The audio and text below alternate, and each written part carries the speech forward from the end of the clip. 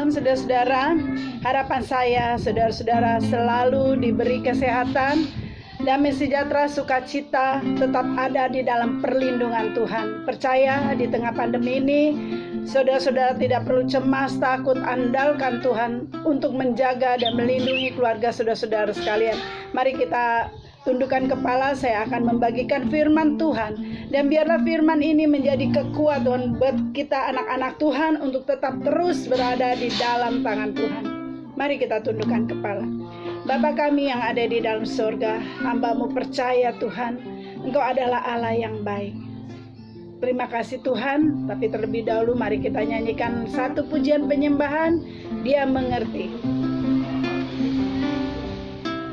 Terkadang kita merasa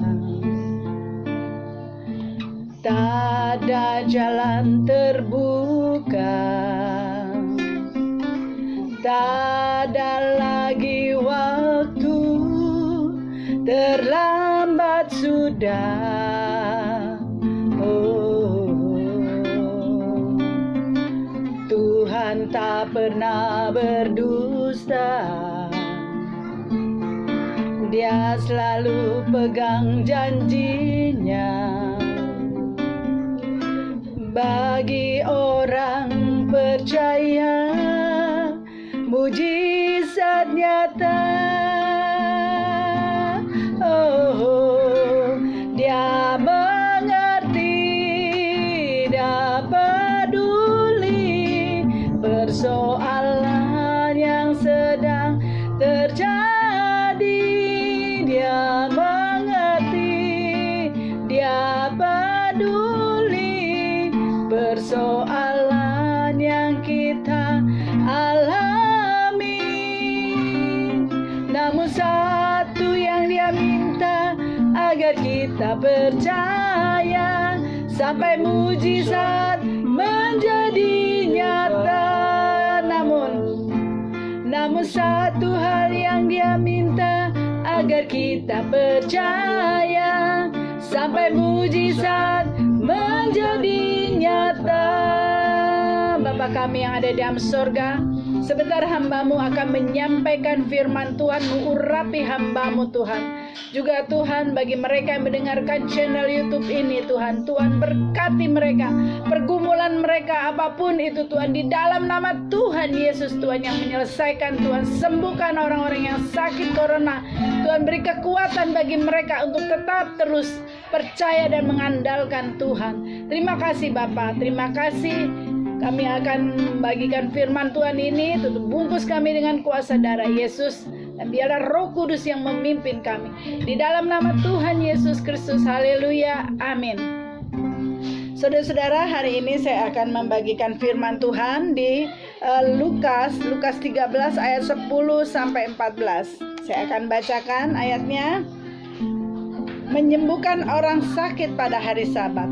Pada suatu kali Yesus sedang mengajar dalam salah satu rumah ibadat pada hari Sabat.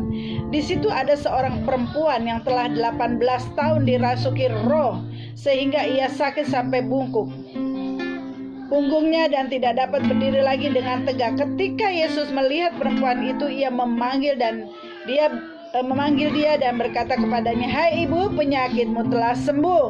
Lalu ia meletakkan tangannya atas perempuan itu, dan seketika itu juga berdirilah perempuan itu dan memuliakan Allah. Tetapi kepala rumah ibadat gusar karena Yesus menyembuhkan orang pada hari Sabat. Lalu ia berkata kepada orang banyak, "Ada 6 hari untuk bekerja, karena itu datanglah pada salah satu hari itu untuk disembuhkan, dan jangan pada hari Sabat." Jadi di sini, pada zaman dahulu itu hari Sabat itu kira-kira seperti apa di zaman Tuhan Yesus. Jadi itu adalah hari di mana orang tidak boleh melakukan aktivitas. Begitupun jadi saya berpikir boleh dikatakan itu adalah hari yang sepi. Mujizat pun tidak boleh terjadi. Seperti itu yang mujizat bagi kehidupan banyak orang yang tidak pernah melihat maupun mengalaminya. Rasanya tidak ada. Nah, saudara-saudara, tetapi apakah Tuhan Yesus setelah itu berhenti?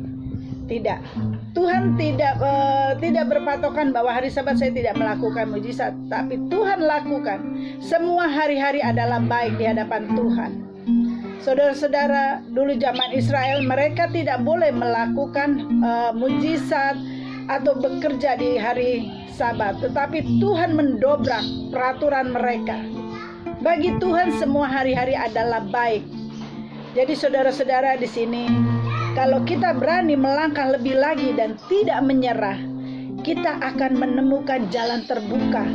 Dan justru itu bisa jadi yang terindah. Karena yang tidak kita duga justru menjadi memori yang tidak bisa kita lupakan selamanya. Di sini bagaimana Tuhan bekerja dengan secara dahsyatnya pada hari Sabat. Jadi hari-hari buat Tuhan adalah hari-hari yang berarti semua adalah baik. Tuhan tidak melihat, oh hari Senin saya mau berdoakan untuk mereka. Tidak. Begitupun mujizat boleh terjadi 24 jam. Kembali iman kita. Nah, saya akan membahas ada mujizat. Yang pertama adalah mujizat Tuhan. Saya percaya Tuhan sudah menyediakan satu tempat terbuka, satu mujizat yang sudah disediakan. Ambil keputusan iman untuk tidak melewatkan sarapan pagi rohani. Kita akan melihat dengan nyata janji Tuhan dalam kehidupan kita. Jadi di sini Tuhan mau kita mengadakan mezbah doa dengan iman. Adakan mezbah doa sama Tuhan dan bergaul intim dengan Tuhan. Dan percaya saudara-saudara, mujizat Tuhan akan bekerja bagi kita anak-anaknya. Tuhan mau, Dia akan memberikan hal yang kita tidak duga, hal yang kita tidak bayangkan di dalam kehidupan kita. Jadi tergantung semua dari iman kita, kepercayaan kita pada Tuhan. Hari-hari ini banyak orang dibuat kecemasan, ketakutan dengan virus corona. Tapi dari semua ini kita bisa melihat bagaimana penyertaan Tuhan atas hidup kita. Kita bisa bangun dengan tubuh yang sehat. Kita bisa menghirup udara oksigen dengan sempurna, dengan cuma-cuma. Kita masih bisa makan, sekalipun hidangan makan yang kita makan sederhana. Semua itu kita harus mensyukuri. Saudara-saudara bisa lihat bagaimana sekarang ini banyak orang memerlukan oksigen. Sampai ada yang tidak dapat. Tanpa kita sadari bagaimana penyertaan Tuhan. Kita dikasih oksigen secara cuma-cuma, yaitu bangun pagi masih bisa bernafas. Kita masih bisa makan, masih bisa menelan semua makan walaupun cuma nasi dan tempe. Saya percaya di tengah pandemi ini banyak hal yang Tuhan mau ajarkan kepada kita untuk melakukan ucapan syukur. Syukur apa yang Tuhan berikan bagi kita.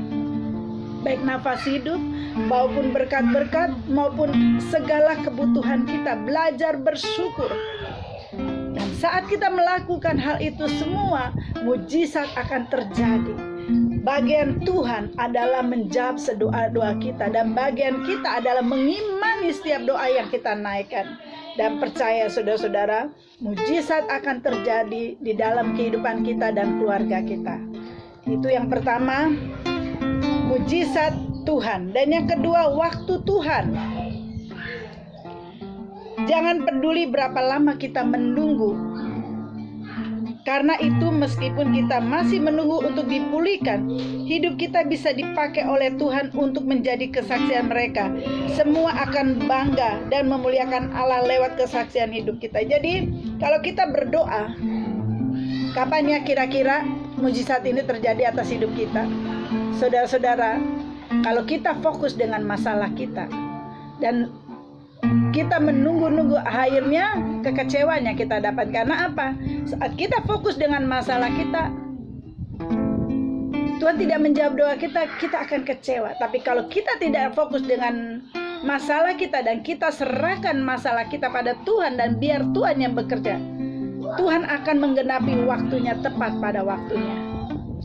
Jadi waktu Tuhan bukan waktu kita. Tuhan tahu apa yang terbaik bagi anak-anaknya. Tuhan mau memberikan sesuatu yang terindah. Jadi kalau Tuhan menolong kita, tidak setengah-tengah. Dia akan melengkapi semua kebutuhan kita. Jadi waktu Tuhan adalah yang terbaik buat kita. Demikian saudara-saudara, firman Tuhan yang saya bisa sampaikan pada saudara-saudara. Jadi tetap bersyukur pada Tuhan di tengah pandemi ini. Waktu Tuhan akan terjadi bagi kita, dan mujizat Tuhan pun akan terjadi bagi kita. Tuhan akan menolong tepat waktunya. Saudara-saudara, sebelum saya akhiri firman Tuhan ini, saya akan membagikan satu kesaksian. Seminggu yang lalu saya ada dihubungi seorang ibu. Dia minta tolong didoakan ponakannya. Jadi ponakannya ini mau melahirkan. Singkat cerita, ternyata ponakannya ini terpapar virus corona. Semua rumah sakit menolak dengan kelahiran ibu ini karena mereka tidak bisa menampung, karena mereka terbatas alat-alatnya entah bagaimana. Lalu kami berdoa bersama budenya ini. Saya bilang, imani bahwa ponakan ibu akan bisa mendapatkan rumah sakit. Jadi ada dia berobat di rumah sakit, saya tidak sebutkan nama rumah sakitnya. Jadi rumah sakit yang dia biasa kontrol itu terkaget bahwa ibu ini kena virus corona. Sedangkan rumah sakit di mana dia tiap kali kontrol tidak punya alat-alatnya. Dia menolak. Jadi ibu ini dan keluarganya mencari rumah sakit yang mana bisa menolong dia. Tapi itu yang saya bilang, Tuhan tolong tepat waktunya. Singkat cerita, entah bagaimana tiba-tiba rumah sakit yang dia kontrol berobat ini digerakkan Tuhan untuk menghubungi ibu ini. Lalu pihak rumah sakit bilang, oke, saya terima, tapi dengan persyaratan dalam 3 hari hasilnya positif, maksudnya hasilnya negatif. Itu yang pertama. Atau yang kedua, ibu ini harus menunggu ada salah satu orang yang dirawat situ keluar, sudah selesai perawatan dan atau ruangan itu bisa digunakan ibu ini. Tapi di tengah keadaan disuruh harus memilih 2 pilihan ini, semuanya mustahil semua. Bagaimana 3 hari dia bisa hasilnya negatif? Terus atau yang kedua, nggak mungkin juga menunggu orang yang keluar baru dia menggantikan.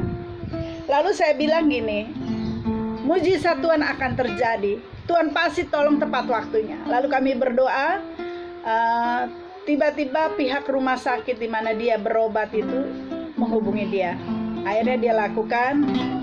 Ya, dalam 3 hari itu dia berdoa.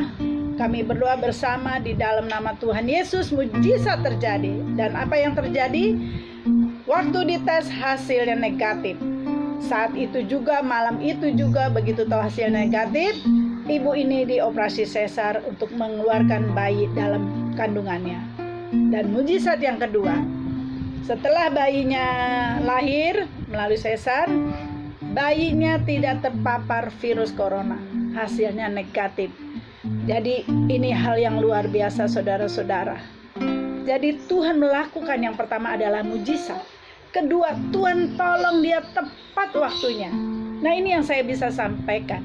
Kesaksian ini bisa menjadi kekuatan. Kalau Tuhan sudah bertindak, manusia tidak akan bisa berbuat apa-apa. Secara nalar, secara kedokteran itu mustahil. Tetapi iman ibu ini dan budenya, dia yakin bahwa pertolongan Tuhan tepat waktunya, dan itu pun terjadi.